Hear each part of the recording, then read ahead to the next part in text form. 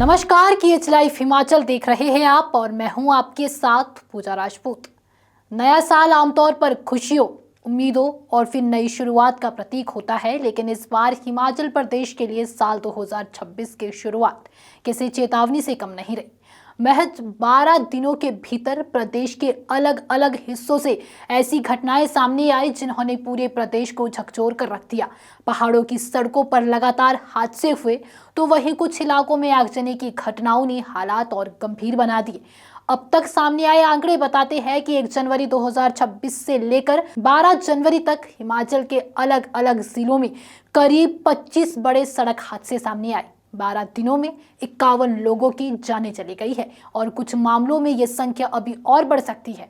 ये सिर्फ एक खबर नहीं बल्कि पूरे सिस्टम के लिए एक बड़ा सवाल है। अगर सबसे पहले बात करें सड़क हादसों की, 1 जनवरी से 12 जनवरी 2026 के बीच हिमाचल में करीब 25 बड़े सड़क हादसे दर्ज किए गए। इन हादसों में 50 लोगों की जानें चली गई। ये हादसे किसी एक जिले या फिर एक सड़क तक सीमित नहीं रहे, बल्कि सिरमौर, कुल्लू, चंबा, ऊना, मंडी, सोलन, शिमला, कांगड़ा, हमीरपुर और फिर बिलासपुर जैसे कई जिलों से लगातार दुखद खबर सामने आई। ये साफ दिखाता है कि समस्या किसी एक जगह की नहीं बल्कि पूरे प्रदेश की सड़क व्यवस्था से जुड़ी हुई है। सबसे ज्यादा घटनाएं सिरमौर जिले से सामने आई, जहां अलग अलग हादसों में 16 लोगों की जानें चली गई। इसी जिले के हरिपुर धार इलाके में हुआ बस हादसा पूरे प्रदेश को झकझोर देने वाला था। इस बस हादसे में 14 लोगों की जानें चली गई। एक बस के खाई में गिरने से कई परिवार उजड़ गए।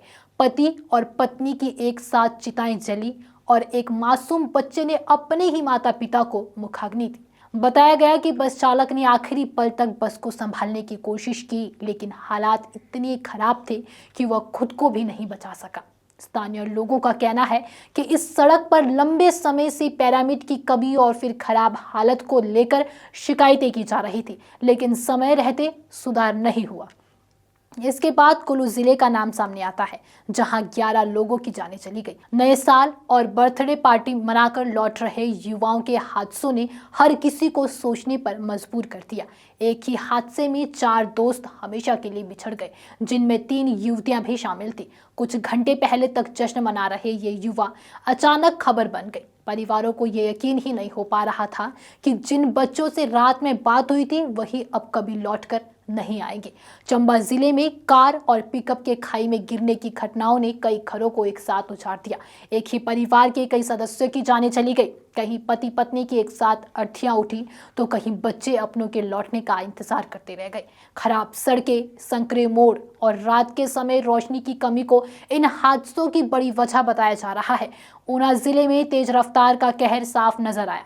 यहाँ बस और कार की आमने सामने टक्कर में 4 युवकों की जानें चली गई। इसके अलावा अलग अलग जगहों पर बाइक सवार युवकों को भारी वाहनों ने टक्कर मारी। नए साल का जश्न मनाने निकले दोस्त कुछ ही पलों में हमेशा के लिए जुदा हो गए। वहीं मंडी जिले में भी न्यू ईयर पार्टी से लौटते समय बस हादसे में एक व्यक्ति की जान चली गई। इसके अलावा सोलन, शिमला, कांगड़ा, हमीरपुर और बिलासपुर से भी लगातार हादसों की खबरें सामने आई, जिनमें बच्चे, युवा और मजदूर शामिल हैं।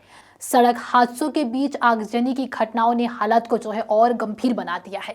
12 जनवरी 2026 की रात सोलन जिले के अर्की बाजार में आधी रात भीषण आग भड़क उठी। आग एक रिहायशी मकान से शुरू हुई और फिर कुछ ही देर में आसपास की दुकानों और मकानों तक फैल गई। इस दौरान एक के बाद एक कई एलपीजी सिलेंडर फटे, जिससे हालात और भयावह हो गए। इस घटना में 8 साल के एक बच्चे की जान चली गई, जबकि करीब 10 लोग अब भी लापता बताए जा रहे हैं।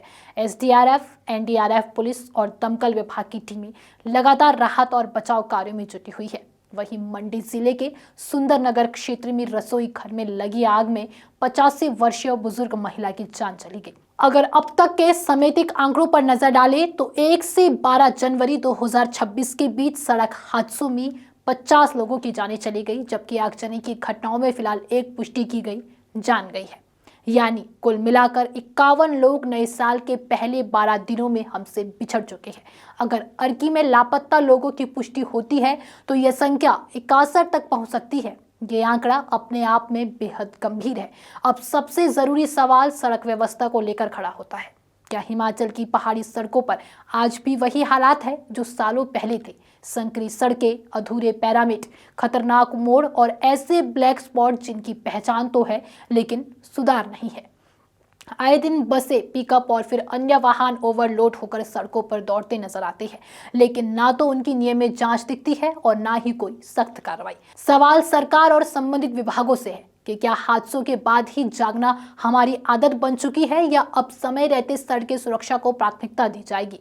ये भी साफ है कि पहाड़ी इलाकों में ओवरलोडिंग एक बड़ा खतरा बन चुकी है। तय क्षमता से ज्यादा सवारियां और जरूरत से ज्यादा सामान लेकर चलने वाले वाहन न सिर्फ खुद के लिए बल्कि बाकी लोगों के लिए भी खतरा बन जाते हैं। अगर व्यावसायिक वाहनों की नियमित जांच, स्पीड कंट्रोल और फिर नियमों का सख्ती से पालन कराया जाए तो कई घटनाओं को रोका जा सकता है। ये जिम्मेदारी सिर्फ ड्राइवर की नहीं बल्कि पूरे सिस्टम की है।